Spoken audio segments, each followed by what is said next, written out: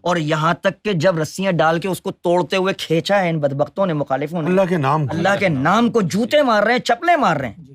Police والا رو رہا ہے کہ یار اللہ کا نام ہے، تو وہ کہہ رہے ہیں یہ گور شاہی کا اللہ ہے، اس کو توڑنا ضروری ہے، اس کو توڑنا ضروری ہے۔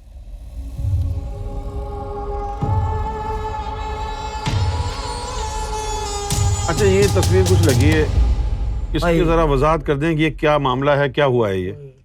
یہ جو تصویر میں اس میں ذات اللہ نظر آ رہا ہے، تقریباً اس کا سائز کم و بیش بھی دیکھیں تو آپ کو نظر آئے گا، بلڈنگیں ہیں ساتھ، کہ کم سے کم 2 منزلہ جو ہے نا، روڈ سے زمین سے لے کر 2 منزلہ اوپر تک اس کی مسافت تھی، 60 فٹ لے لیں۔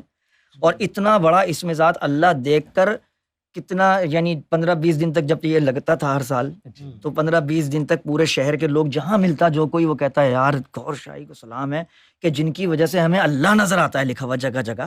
چھوٹے چھوٹے دل تو نظر آتے تھے، اور وہ جو تم لوگوں کا آرام باغ میں اتنا بڑا لگا ہوا، اس کو دیکھ کے آنکھیں منور ہو جاتی ہیں۔ یعنی عام لوگوں کے تاثر تھے کہ اللہ کو دیکھ کر اللہ جب یاد آتا ہے تو بڑا خوش ہوتے تھے لوگ۔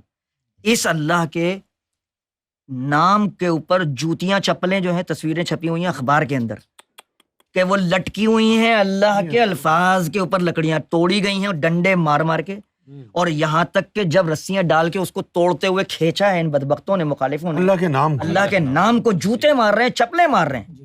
پولیس والا رو رہا ہے کہ یار اللہ کا نام ہے، تو وہ کہہ رہے ہیں یہ گور شاہی کا اللہ ہے، اس کو توڑنا ضروری ہے، اس کو توڑنا ضروری ہے۔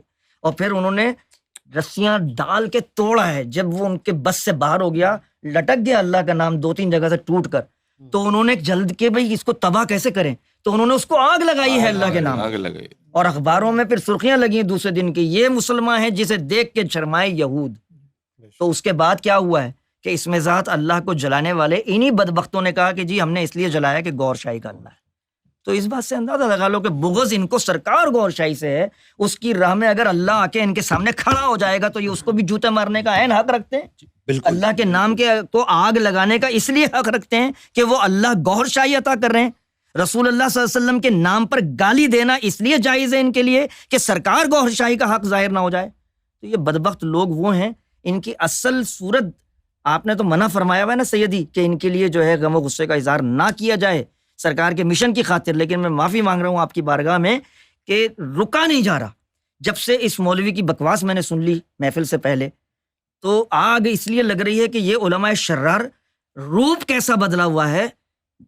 شریعت رکھی ہوئی ہے، الحمدللہ، قل هو اللہ، ماشاء اللہ، درود شریف پڑھ کے جب بکواس کرتے ہیں تو سرکار گوہر شاہی سے بغض ٹپک رہا ہوتا ہے ان کی راہ۔ حضور اکرم صلی اللہ علیہ وسلم کی تعظیم کا دور دور جن سے واسطہ نہیں۔ سرکار گوہر شاہی کے بارے میں تو کیا بات کرے گا، جن کی نالین کو چومنے والا جو ہے سرکار گوہر شاہی کا، اس کو حضور اکرم صلی اللہ علیہ وسلم آ کے اس کا ماتھا چوم رہے ہوں۔ ایسے کئی لوگ ہوئے جن کو سرکار گوہر شاہی کے پاس سرکار دو عالم نبی کریم صلی اللہ علیہ وسلم نے تشریف لا کر فرمایا کہ اگر تجھے مجھے راضی کرنا ہے تو گوہر شاہی کے قدموں میں چلا جا۔ کتنے لوگوں کے ساتھ ایسا ہوا، کتنے لوگوں کے ساتھ۔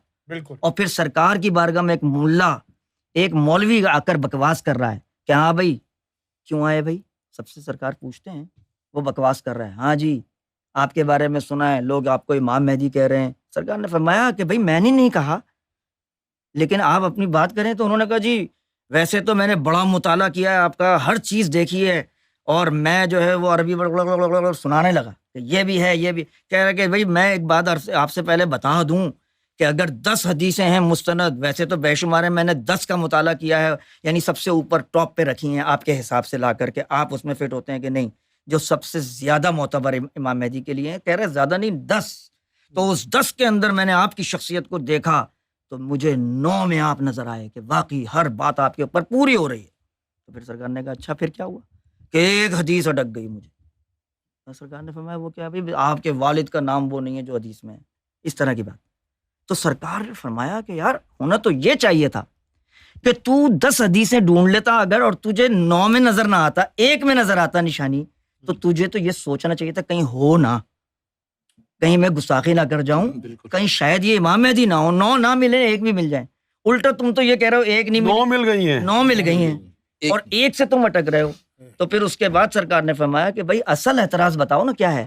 کہہ رہا بھائی میں چاند کی تصویر کیسے مان سکتا ہوں، میں حجر اسود پر تصویر کیسے مان سکتا ہوں، ہم تو وہاں نماز پڑھتے ہیں۔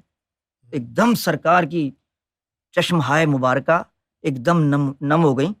آپ نے جو ہے سرکار نے فرمایا کہ بس خاموش ہو جاؤ، اپنا ایمان بچاؤ. تجھے کیا پتا تو جس نبی کا کلمہ پڑھتا ہے اس کو گوہر شاہی سے کتنا عشق ہے، بے شک. اور تجھے کیا پتا کہ گوہر شاہی کو تیرے رسول سے کتنا عشق ہے جس کی خاطر اس نے گھر بار چھوڑ دیا. ہائے ہائے ہائے. بات مت کرو. بے شک. قسم سے سرکار کی چشمہ ہے مبارکہ میں نمی آ گئی اس بات پر کہ تم جس نبی کا کلمہ پڑھتے ہو آج اسی کے اوپر تم یہ لفظ کہہ رہے ہو. تمہیں پتا ہے کہ تمہارا نبی حجر اسود کی طرف جب جاتا تو اس کی آنکھوں سے آنسو نہیں رکتے تھے. تو سرکار گوہر شاہی کی بات کر رہے ہیں یہ لوگ. سرکار گوہر شاہی کی حجر اسود کے اوپر تصویر مبارک جس کو دیکھ کر رسول کریم صلی اللہ علیہ وسلم زارو قطار آہیں بھر بھر کر رو رہے ہیں. اور سرکار گوہر شاہی فرما رہے ہیں کہ تمہیں کیا خبر کہ مجھے ان سے کتنا عشق ہے، ان کو مجھ سے کتنا عشق ہے کہ جن کی خاطر ہم نے گھر بار بھی چھوڑ دیا، سب کچھ دنیا چھوڑ دی. تو سرکار کی بات کیا کریں گے؟ سیدی کے سامنے آئے نا، اگر کسی میں حق بولنے کی طاقت ذرا سی بھی ہے تو آ جائے اور بات کر کے دیکھے گوہر شاہی. مرحبا سرکار.